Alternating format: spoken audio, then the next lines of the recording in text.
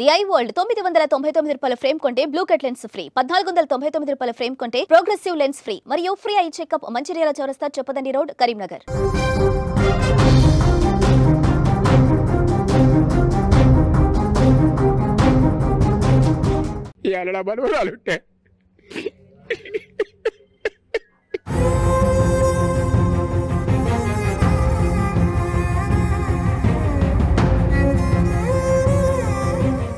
కన్న తండ్రే కసాయిగా మారాడు. మద్యం మత్తులో మనిషిని అన్న సంగతిని మరిచిపోయి ఒక బిడ్డకు తండ్రిని అన్న సోయిని మరిచి మృగంలాగా మారాడు. కన్న బిడ్డను రెండు కాళ్ళు పట్టుకొని నేలకేసి కొట్టి చంపాడు. అభం శుభం తెలియని ఏడాది వయసున్న ఆ చిన్నారి తల్లి ఏడ్చిందనే కారణంతో పాపం ఆ పిల్ల ప్రాణం తీసేశాడు. సూర్యాపేట జిల్లా సూర్యాపేటలో జరిగిన ఈ సంఘటన ఇప్పుడు కన్నీళ్లు పెట్టిస్తోంది. ఈ సైకో నాగారం మండలం కొత్తపల్లి గ్రామంలో ఉంటాడు. అతని పేరు వెంకటేష్. అతని ఏపీకి చెందిన నాగమణిని 2 ఏళ్ల క్రితం పెళ్లి చేసుకున్నాడు ఈ సైకో వెంకటేష్. శుక్రవారం మద్యం మత్తులో భార్యతో గొడవ పడి ఆ సమయంలో గొడవ పడుతున్నాడు.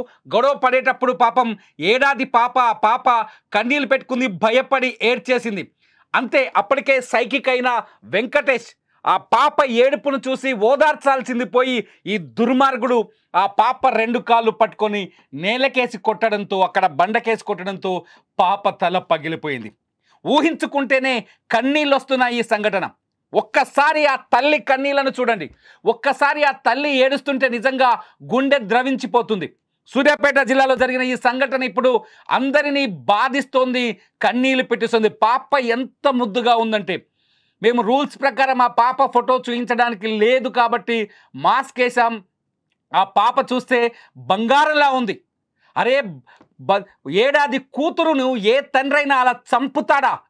వీడు తండ్రా రాక్షసుడా అనిపిస్తుంది. ఇప్పుడు ఒక తండ్రి, ఈ వెంకటేష్ మామూలుడేం కాదు, బీటెక్ వరకు చదువుకున్నాడు. పోనీ తెలివి తక్కువడు కాదు, బీటెక్ వరకు చదువుకొని 2 ఏళ్ల క్రితం పెళ్లి చేసుకొని ఖాళీగా ఊళ్ళో తిరుగుతూ కొంతకాలం జులాయి స్నేహితులతో దోస్తాన్ చేస్తూ వాళ్ళతో కలిసి తిరిగి తాగుడు గంజాయి వంటి అలవాట్లకు బానిసైపోయాడు. ఒక్కసారి కిక్కులోకి వచ్చిన తర్వాత ఎలా ప్రవర్తిస్తాడో వాడికే తెలియదు. సరిగ్గా ఇదే జరిగింది అక్కడ సూర్యాపేట జిల్లాలో. ఏదైతే వెంకటేష్ అదే చేశాడు. ఇంటికొచ్చాడు, పీకల దాకా తాగి ఇంటికొచ్చాడు. మరి గంజాయి తాగిండో తెలియదు, మందు తాగుతున్నాడని వాళ్ళ కుటుంబ సభ్యులు చెప్తున్నారు. తాగేసి ఇంటికొచ్చి భార్య నాగమణితో గొడవ పెట్టుకోవడం మొదలుపెట్టాడు. శుక్రవారం రాత్రి, అంటే నిన్న రాత్రి జరిగింది, సాయంకాలం జరిగింది సంఘటన. భార్యతో గొడవ పెట్టుకొని భార్యని కొట్టడం, వేధించడం చేస్తున్నాడు. ఆ సమయంలో పాపం చిన్నానికి ఏం తెలుసు, ఏడాది పాపకి. ఆ సమయంలో ఆ పాప అక్కడే ఉండి తల్లిని నాన్న కొడుతుంటే, ఈ వెంకటేష్ తల్లిని కొడుతుంటే ఆ పాప భయపడిపోయింది. భయపడిపోయి బోరున విలపించేసింది, అక్కడే ఏడ్చేసింది. నేను తిడుతూ ఉంటే, లేకపోతే ఆ ఏడుపు వీడికి, ఈ సైకోకి ఇబ్బందికరంగా మారిందో ఏమో. పాపం ఆ పసిది ఆ టైంలో లేకుంటే, అక్కడ ఆ ప్లేస్లో లేకుంటే బతికేదేమో. వెంటనే ఆ పసిదాన్ని 2 కాళ్ళు పట్టుకొని నేలకు కొట్టేశాడు. అక్కడికక్కడే రక్తపు మడుగులో పడిపోయింది ఆ చిన్నారి. ఆ చిన్నారిని కాపాడేందుకు తల్లిదండ్రులు పరిగెత్తుకుంటూ సూర్యాపేట ప్రభుత్వ ఆసుపత్రికి పరిగెత్తుకుంటూ వెళ్ళారు. ఒకసారి ఆ సీన్ చూడండి. సూర్యాపేట ప్రభుత్వ ఆసుపత్రి దగ్గర పరిగెత్తుకుంటూ పోయారు. అక్కడికి వెళ్ళిన తర్వాత పాప చనిపోయిందని చెప్పారు. సూర్యాపేట ప్రభుత్వ ఆసుపత్రికి చూడండి ఒకసారి, ఆసుపత్రి దగ్గర పరిస్థితులు చూడండి. ఆ పాప చనిపోయిందని తెలిసిన వెంటనే ఆ తల్లిదండ్రులు బోరున విలపిస్తున్నారు. బంధువులంతా హుటాహుటిన అక్కడికి చేరుకున్నారు. అందరూ ఆ పాప డెడ్ బాడీని చూసి ఏడుస్తూ బయటకు వస్తున్న ఆ సీన్ చూడండి. ఏడాది పాప ఏం చేసింది? ఏం తప్పు చేసిందా ఏడాది పాప? ఏం తప్పు చేసిందా ఏడాది పాప? ఈ దుర్మార్గుడి కడుపులో పుట్టడమేనా? ఈ తాగుబోతు కడుపులో పుట్టడమే ఆ పాప చేసిన తప్ప? ఈ తాగుబోతు కడుపులో పుట్టడమేనా? ఈ అమాయకురాలైన నాగమణి భర్తని ఎంత కంట్రోల్ చేయాలనుకుంది, తాగుడు నుంచి కంట్రోల్ చేయాలనుకుంది. బీటెక్ చదివాడు కదా, ఏదైనా మంచి ఉద్యోగం చేస్తాడనుకుంది. కానీ కొద్ది రోజులుగా తాగుడు కోసం తాగుబోతుగా వెంట తిరిగాడు. కూలి పనులకు వెళ్ళి ఆ డబ్బులు తీసుకొచ్చి తాగేసి ఇంటికొచ్చి భార్యని వేధించడం మొదలుపెట్టాడు. ఒకసారి మీరు ఆలోచించండి. మీ పిల్లలు, మీ కుటుంబంలో మీ కొడుకు, మీ కన్న కొడుకు ఇలా తయారైతే, తాగుబోతుగా తయారైతే ఎంత ప్రమాదకరంగా మారుతుంది. ఏ భార్య తాగుబోతు భర్తను భరించగలుగుతుంది? పీకల దాకా తాగేసొచ్చి ఇంటికొచ్చి భార్యపై దాడి చేస్తుంటే, పీకల దాకా తాగేసొచ్చి కుటుంబ సభ్యుల్ని బాధ పెడుతుంటే ఎవరు భరించగలరు? అలాగే నిలదీయాలనుకుంది నాగమణి భర్తని. కానీ నిలదీసే క్రమంలో పాపం అభం శుభం తెలియని ఆ చిన్నారి అక్కడే ఉంది, ఏడ్చింది. దీంతో చిన్నారిని 2 కాళ్ళు పట్టుకొని నేలకేసి కొట్టాడు. ఈ సంఘటన నిజంగా కన్నీళ్ళు పెట్టిస్తుంది. ఒక్కసారి ఆ తల్లి ఏడుపు వినండి, మీ గుండెలు కరిగిపోతాయి, మీ కళ్ళ నుంచి కన్నీళ్లు కారుతాయి.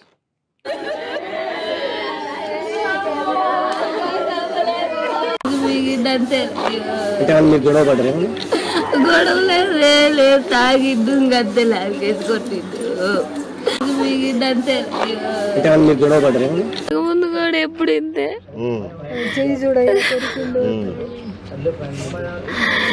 ఇంతే చేస్తుండే. నేను ఇంటికి పోయినా మా అమ్మ వాళ్ళ ఇంటికి.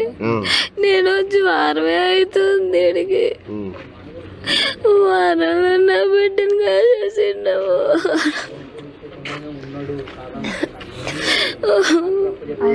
అంటే చంపి బండకేసి కొట్టిన తర్వాత ఎడిపోయిందమ్మా? ఉన్నాడా ఇంట్లోనే? ఆయన తీసుకొచ్చిన హాస్పిటల్కి?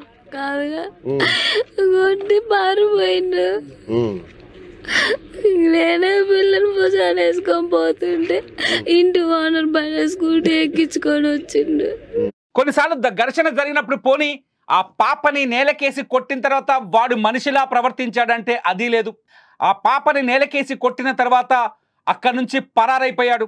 దీంతో పాపం నాగమణి ఆ బిడ్డని భుజానికి ఎత్తుకొని ఆసుపత్రి వైపు పరిగెడుతుంటే స్థానికులు కొందరు సాయం చేసి ఆసుపత్రి దాకా తీసుకొచ్చారు. ఇంతవరకు ఆ బిడ్డ పరిస్థితి ఏంటో కూడా కనుక్కోలేదు ఆ దుర్మార్గుడు.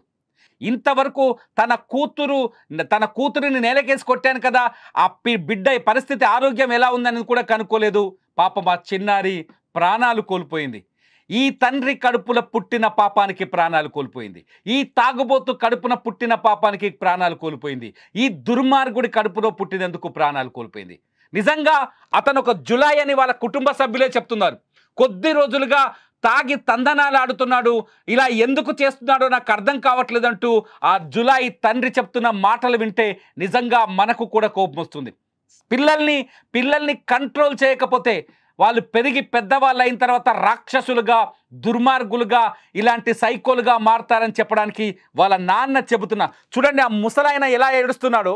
వాళ్ళ నాన్న మనవరాలు, ఒక్కగానొక్క మనవరాలు, బంగారం లాంటి మనవరాలు, ఆ మనవరాలతో రోజు ఆడుకునేవాడు. ఆ మనవరాల్ని చంపేయడంతో ఎలా ఏడుస్తున్నాడో చూడు ఆయన. ఒకసారి వాళ్ళ నాన్న చెప్పే మాటలు వినండి. ఆ దుర్మార్గుడు ఎలా తయారాడో వాళ్ళ నాన్న చెప్పే మాటలేండి ఒకసారి. ఏ సంబంధం కూడా లేదు, నా కొడుకే కాడాడు. నేను చెప్పేది ఏం చేస్తాడే?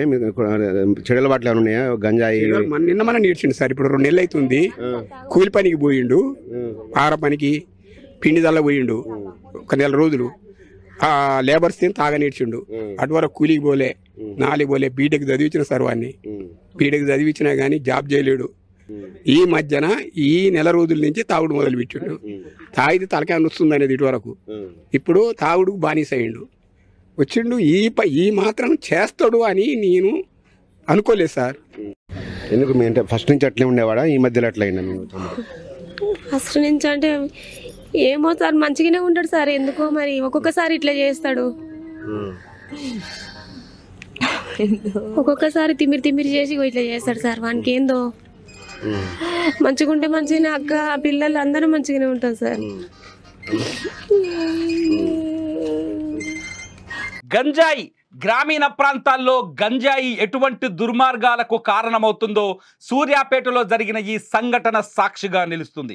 గ్రామీణ ప్రాంతాల్లో విచ్చలవిడిగా దొరుకుతున్న గంజాయి మనుషులని రాక్షసులుగా ఎలా మారుస్తుందో ఈ సంఘటనను చూస్తే మనకు అర్థమవుతుంది. రూరల్ ఏరియాలో గంజాయి వినియోగం పెరిగిపోయింది, గంజాయి అమ్మకాలు పెరిగిపోయాయి. అంతేకాదు అదుపు లేని మద్యం కుటుంబ జీవితాల్ని నాశనం చేస్తుంది. ఈ బంగారు తల్లి ఎవరైతే చనిపోయారో ఏడాది పాప మద్యానికి గంజాయికి మాత్రమే బలైందని చెప్పాలి. కన్న తండ్రి రాక్షసుడిగా ఎందుకు మారాడని ఒక్కసారి ఆలోచిస్తే ఆ వెంకటేష్ మార్పు వెనుక మద్యం గంజాయి అనే 2 దురలవాట్లున్నాయని మనకు అర్థమవుతుంది. తాగుబోతు కాకపోయి ఉంటే, లేకపోతే గంజాయికి బానిస కాకపోయి ఉంటే ఇవాళ ఆ చిన్నారి బతికుండేది. తన కన్న బిడ్డ, రక్తం పంచుకొని పుట్టిన కన్న బిడ్డనే కాళ్ళు పట్టుకొని నేలకు కొట్టాడు అంటే ఆ ప్రభావం వెంకటేష్ మనస్తత్వాన్ని మాత్రమే కాదు, ఖచ్చితంగా అతనికున్న దురలవాట్లది కూడా.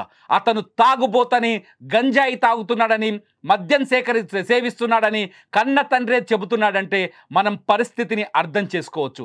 సూర్యాపేట లాంటి ప్రాంతాల్లో గంజాయి విచ్చలవిడిగా అమ్ముతున్నారా అనే పెద్ద క్వశ్చన్ ఇక్కడ మనకు ఉత్పన్నమవుతుంది. అతిపెద్ద ప్రశ్న.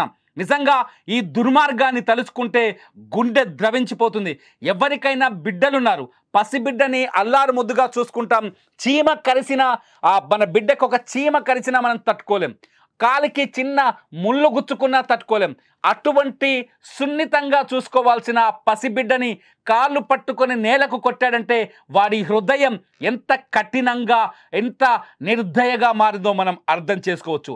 ఇంత క్రూరంగా ఎందుకు ప్రవర్తించాడు అంటే కేవలం మద్యం గంజాయి. మళ్ళీ చెప్తున్నాను, గంజాయి మత్తులో, మద్యం మత్తులో జరుగుతున్న దుర్మార్గాలకు నిలువెత్తు నిదర్శనం ఇవాళ సూర్యాపేటలో జరిగిన ఈ సంఘటన. మీరేమనుకుంటున్నారు? వెంకటేష్ లాంటి వ్యక్తుల జీవితాల్ని నాశనం చేసి వాళ్ళని క్రిమినల్స్గా మారుస్తున్న ఈ మద్యం గంజాయి అలవాట్లని తిప్పి కొట్టాలంటే ఎటువంటి చర్యలు తీసుకోవాలి? మీరేమనుకుంటున్నారో ఈ వీడియో కింద కామెంట్ చేయండి.